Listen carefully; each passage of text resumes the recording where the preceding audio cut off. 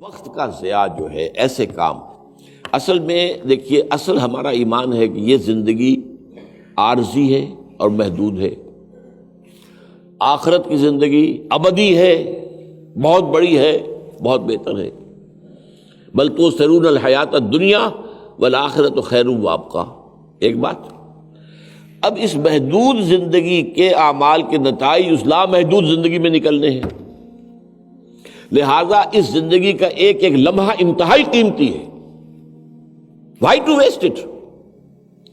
اسی لمحے سے آپ کو آخرت کمانی ہے. ہاں، دنیا کی کوئی ضرورت پوری ہو رہی ہو وہ کام کرنا ہے، پیٹ ہے، معاش ہے، بیوی بچوں کو پالنا ہے، اس کے لیے وہ ٹھیک ہے. دنیا کی کوئی ضرورت پوری ہو رہی ہو یا پھر آخرت کے اندر کسی کمائی کے لیے انسان اپنا وقت لگائے، کسی اور کام میں وقت لگانا، یہ وقت کی ناقدری ہے، وقت کی ناقدری ہے. اسی کو قرآن مجید میں سورہ مومنون کو شروع میں کہا گیا ہے، قد افلح المؤمنون الذین هم فی صلاتهم خاشعون الذین هم عن اللغو معرضون. لغو ہر وہ کام ہے جو کہ اب لغو شے، یعنی اس کو حرام نہیں کہا گیا ہے، گناہ کا لفظ نہیں استعمال. لغو وہ ہے جس کا کوئی فائدہ نہیں، کچھ حاصل نہیں.